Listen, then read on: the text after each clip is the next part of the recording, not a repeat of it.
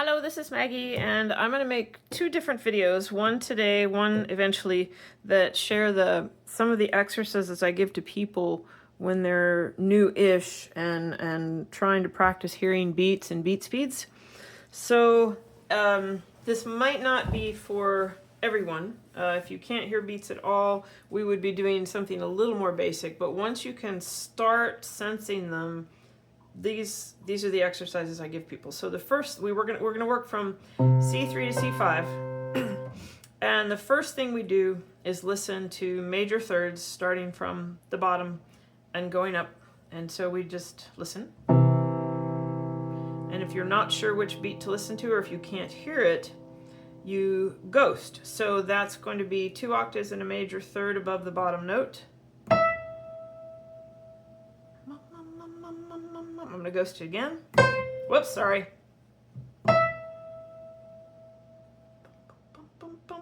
So then if you can sense that, then you can do the rest of the exercises. So I'm going to listen to the major third again and try to find that beat. It's a little hard.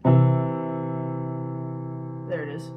Now this is ghosting that I just did. And for a major third, as I said, it's 2 octaves and a major third above the bottom note, 2 octaves above the upper note. And you can active ghost for. I'm going to play this quietly.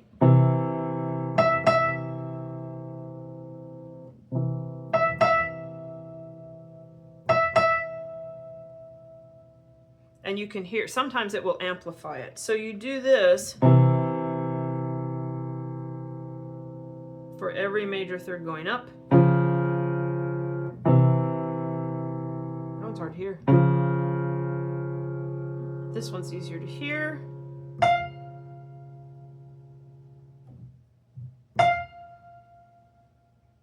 Now that's going bum, bum, bum, bum, bum, bum, bum. So I was listening to the wrong beat. No. That's a bit fast. So there's a big difference between here and here, and what you do is you notice the differences. So I'm going to active ghost this one now.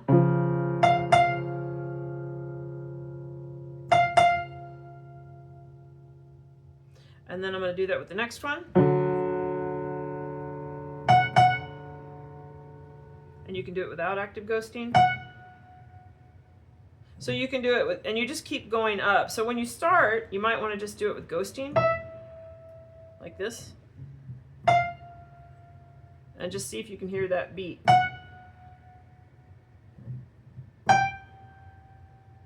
That one's almost not there. Whoop. That one's fast. And you can go up as high as you want, then active ghosting. I hit it twice, it seems to work better. And then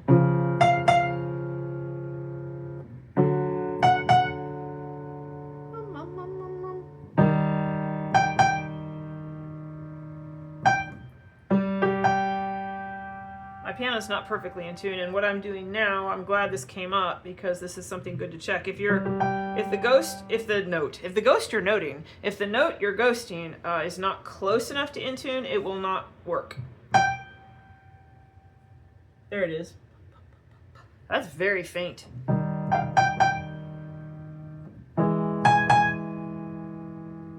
That's faster. And you just go as high until they get too fast, you can't hear them anymore. Or if one is accidentally slow, you can notice that. It's pretty fast. That's pretty fast. That was slightly slower. So once you've gotten kind of a hold of that, then you go through and you just play them.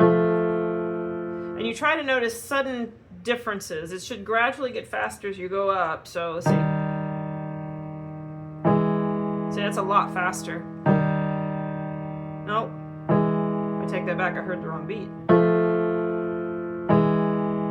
That's a bit faster.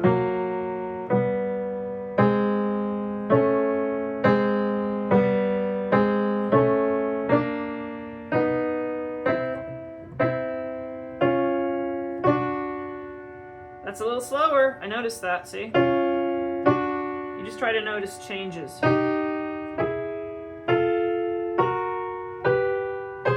And if you can't hear the major thirds all the way to the top, don't worry. Play them and listen anyway. It seems to just help you eventually get it, even if you don't hear it right away. Just listen and try. Then the next interval we use is an octave in a major third. Ooh, big difference. And you can ghost these by holding one with your left hand, one with your right hand, and whacking the note an octave up from the upper note. Big difference in beat speed there. And then much faster. And you can ghost them all the way up just the same way, and then you can active ghost them. Wow, sorry. And then once you get a hold of that, you just play them. Ooh, that's really slow. Woo! That's booking.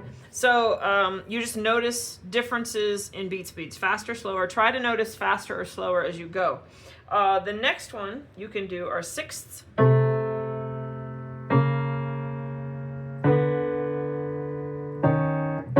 What did I just do?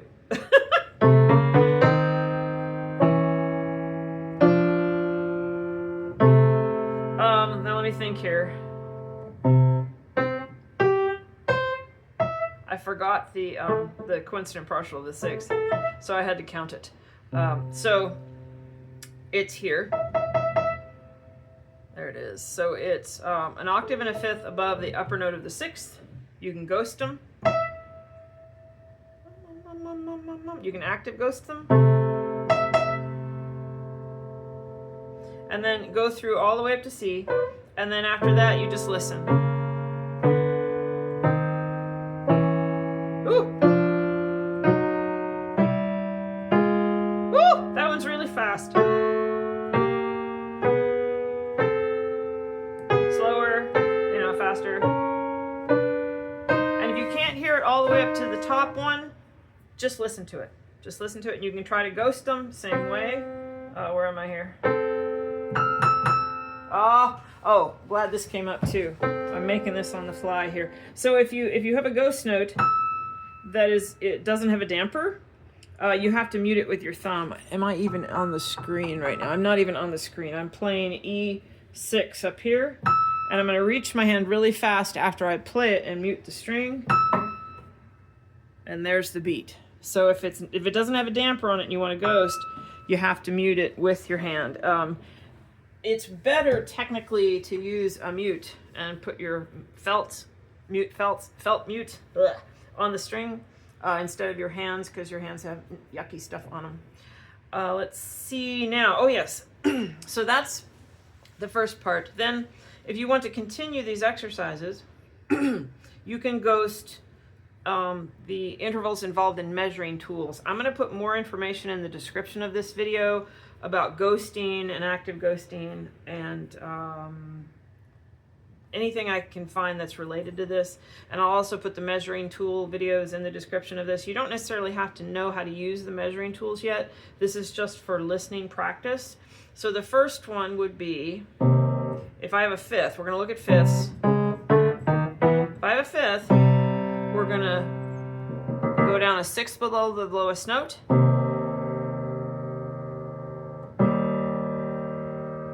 And if you need to ghost it, let's see, it's up here. So it's an octave above the upper note again.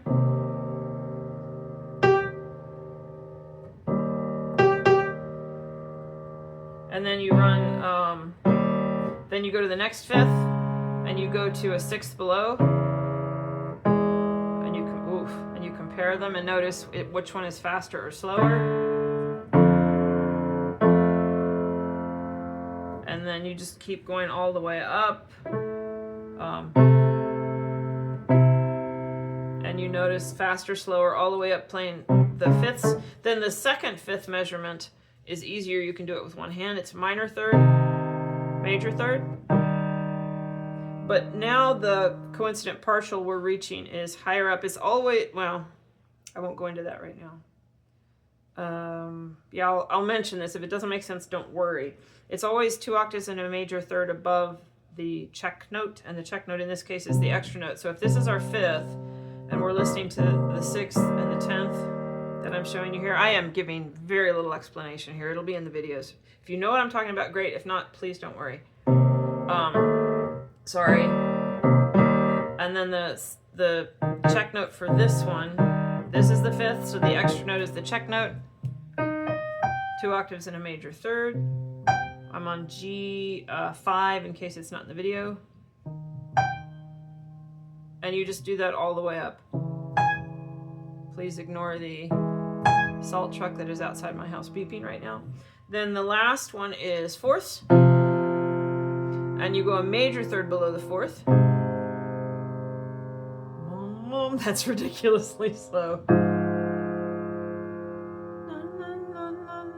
And this is the 4th, so this is our extra note. That's the check note. You go 2 octaves and a major third.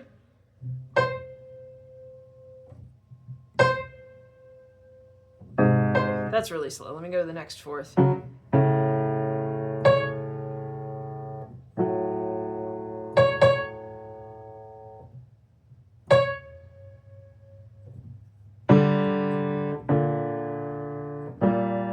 And you just, that's a narrow 4th. You just notice the difference between them. Where am I here? There I am. That one's really fast. That's a little slower, see? So this 4th is messed up, but you don't need to know that yet.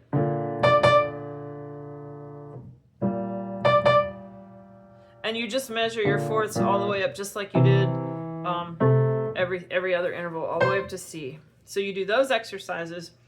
It will really help your hearing. You just listen, you're not tuning. The next video I make will show you, basically you just work with these same exact intervals, but we'll be tuning.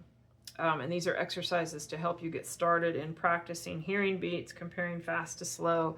On the next video, we'll take that to the next level. So I hope this is helpful to people, and subscribe, like, all the things. Thank you so much. Happy tuning. Bye.